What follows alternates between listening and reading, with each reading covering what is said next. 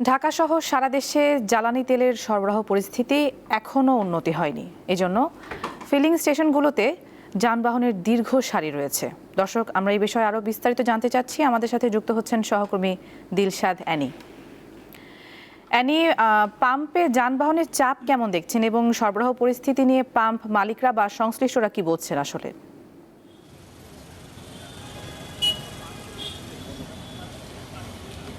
জ্বালানি তেলের যে সংকট যেটি এখন পর্যন্ত অব্যাহত রয়েছে, রাজধানী সহ দেশের বিভিন্ন জায়গায় একই অবস্থা। তো এই মুহূর্তে আমি আছে ট্রাস্ট যে ফিলিং পাম্প আছে সেই পাম্পে এসেছি। এখানে দেখেছি সেই জাহাঙ্গীর গেট থেকে শুরু হয়ে পাম্প পর্যন্ত দীর্ঘ লাইন চলে এসেছে। এখানে ব্যক্তিগত গাড়ি, মোটরসাইকেল থেকে শুরু করে অন্যান্য যে যানবাহন আছে, মাইক্রোবাস বা হাইস, এগুলো আমরা দেখতে পেয়েছি। আর এখানে যারা চালক যারা আছেন তাদের সাথে কথা বলেছে, তারা যেটি বলেছেন, কেউ কেউ ফজরের নামাজ পড়ে, কেউ ভোর 5টা থেকে বা কেউ আরও আগের থেকে লাইন ধরে আছে। যে তাদের যে কথা হচ্ছে যে আগে আসলে যখন থেকে তেল দেওয়া শুরু করবে তারা কিছুটা আগে পাবেন, কিন্তু যারা তেল পেয়েছেন এর মধ্যে কেউ 3 ঘন্টা 4 ঘন্টা অতিবাহিত করার পর পেয়েছেন। আমরা এই যে আপনাদেরকে একজনের কাছে নিয়ে যাব, তার কাছ থেকে শুনবো আসলে তেল সরবরাহ নিয়ে যারা চালক আছেন তারা কতটা সমস্যার মধ্যে রয়েছে। আগের মতোই clean. Berger easy clean fresh, দেয়ালে দাগ থাকবে না, রাখবে সুরভিত। আমি আজকে ভোর 5:30টায় নামাজ পড়ে এখানে লাইনে দাঁড়াইছি। এখন বাজে 10টা 5, 4 ঘন্টা 5 মিনিট হলো এখানে দাঁড়ানো। এখনো তেল পাই নাই, পাবো আর কি।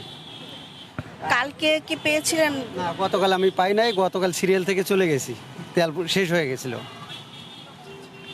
ঠিক আছে, ধন্যবাদ আপনাকে। যেটি শুনছিলেন যে অনেকেই লাইন ধরে থাকতেন তেলের আশায়, কিন্তু শেষ পর্যন্ত দেখা গিয়েছে সামনে গিয়ে তারা জানতে পারেন যে তেল শেষ হয়েছে। তাই যার কথা শুনছিলেন, যে চালকের কথা শুনছিলেন, তিনি আরও কয়েকটা পাম্প ঘুরে এসে এখানে এসেছেন, যেখানে তেল ট্রাস্ট মিলনায়তনের যারা আছেন, দায়িত্বরত যারা স্টাফ যারা আছেন ফিলিং পাম্পের, তাদের সাথে কথা বলছি। তাদের এখানে এখন পর্যন্ত পর্যাপ্ত তেল রয়েছে।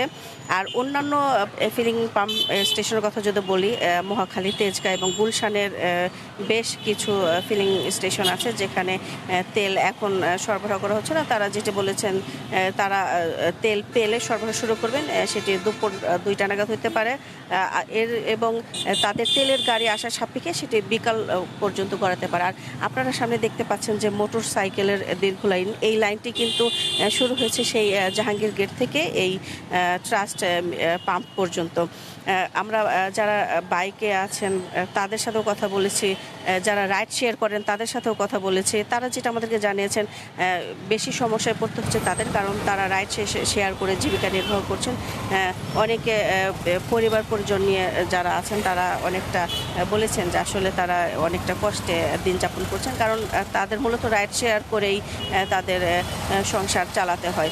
তো তাদের সবার কাছে একটা প্রশ্ন, আসলে কতদিন এরকম জ্বালানি সংকট কাটবে, তারা এই প্রশ্নটি রেখেছেন। তো এই ছিল এখানকার সবশেষ পরিস্থিতি। জি অ্যানি, আমরা শুনছিলাম আপনাকে। ধন্যবাদ যুক্ত হবার জন্য।